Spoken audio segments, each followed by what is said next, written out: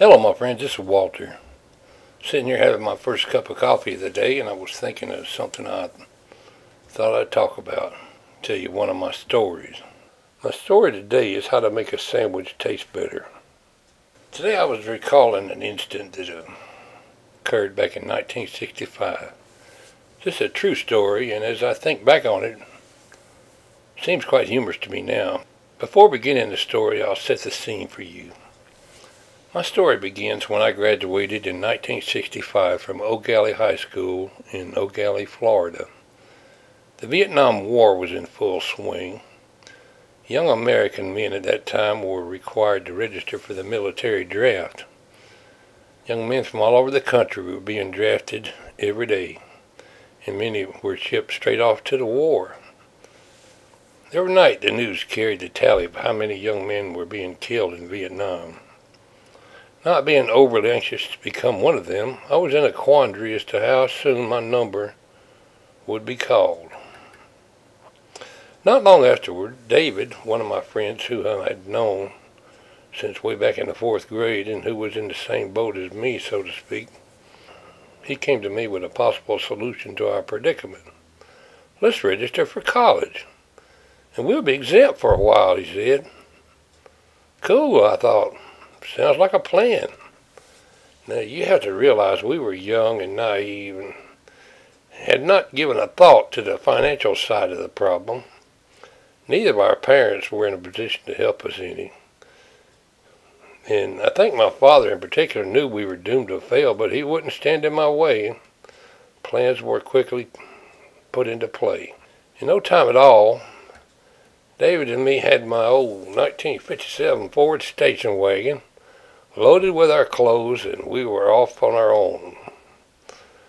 We were headed for Orlando, Florida, a town about 70 miles away, with very little money in our pockets and a basket full of hopes and dreams. In short order, we were registered for the summer session at Orlando Junior College. I had no idea just how tough it could be when one has a lot of dreams and no money. Soon I was working at a Burger King hamburger joint and later a steak and shake restaurant as a car hop, and attending classes at OJC. It was sometimes called the Orange Juice Cannery. But I digress, so on with my story on how to make a sandwich taste better. We were staying in a rooming house. The room was on the 2nd floor. It wasn't nothing to brag about. It was just a basic setup, with a couple of bunks and dressers. Had 2 large windows. It was ran by a very crabby old lady. When we moved in, she laid down the law. I can still hear her in my mind's eye. I don't allow no rock and roll music. No girls allowed in the rooms. Absolutely no cooking allowed in the rooms. The rent has to be paid on time or out you go, you hear? Well, I recall one day we were totally broke and very hungry. We gathered up what money we had, came up with enough to buy a pack of bologna, a small jar of mayonnaise, and a loaf of bread. For the next couple of days we would eat high on the hog. The next day it was time to eat another bologna sandwich. I hatched a plan to make the bologna more palatable. I decided we was going to fry it. I was sometimes ingenious when it comes to making dough, so I whipped out an electric iron we used to iron our clothes with, plugged it in, flipped it upside down, and in short order was frying me some bologna on the bottom of that iron. I'm here to tell you, it worked like a charm. You can fry the hell out of some bologna on iron. The sandwich was good. I wanted another one. I began frying another slab of bologna when we realized somebody was trying to open the door to our room, which was securely locked because, quite honestly, there were some shady characters living in that rooming house. What the heck, I thought. Who the heck could be trying to get in here? I can still remember it like it was yesterday.